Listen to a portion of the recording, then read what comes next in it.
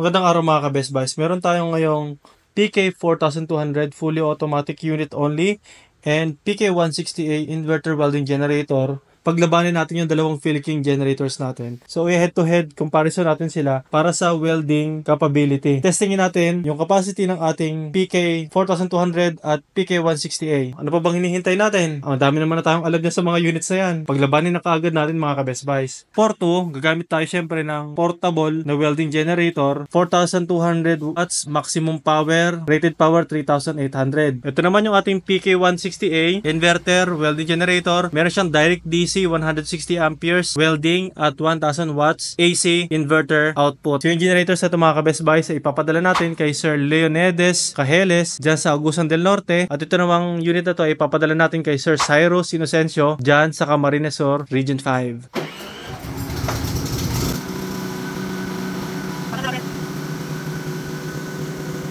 Okay.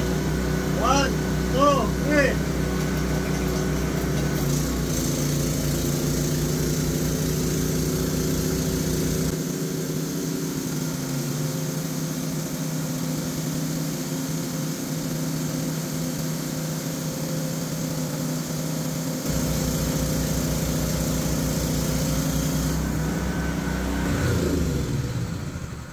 Ito ay open type. Ito naman ay closed type. 62 decibel versus 85 decibel.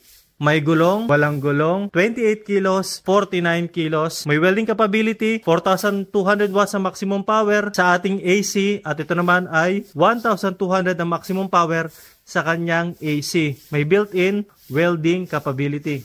AC lang yung kanyang may bibigay. Pero automatic naman siya at suitable para sa mga residential type of houses. Ito naman ay para sa construction sites lang. Pwede rin sa bahay pero kailangan wala kang katabi kasi magagalit ang iyong mga kapitbahay. Less ang performance pero napaka-advisable naman para sa residential. At the same time, pwede rin natin gamitin na pang welding pero hindi kasing heavy duty ang performance itong PK160A. 3.2mm na welding rod, kayang-kaya nyo tunawin. Ito po ginagamit to sa mga I-beams at yung mga iba pang makakapal na bakal. Samantalang ating PK4200 ay ito po ay kadalasan ginagamit lang sa mga trusses ng ating mga bahay. Kung saan nga napatunayan ko na mismo kasi siya mismo yung tumapos sa trusses nitong aking bodega at ng aking bahay. Kayo mga ka-Best Buys, ano bang pipiliin nyo?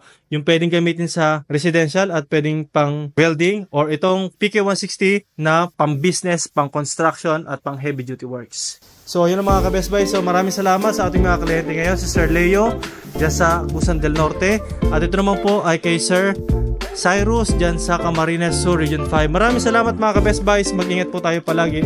God bless po.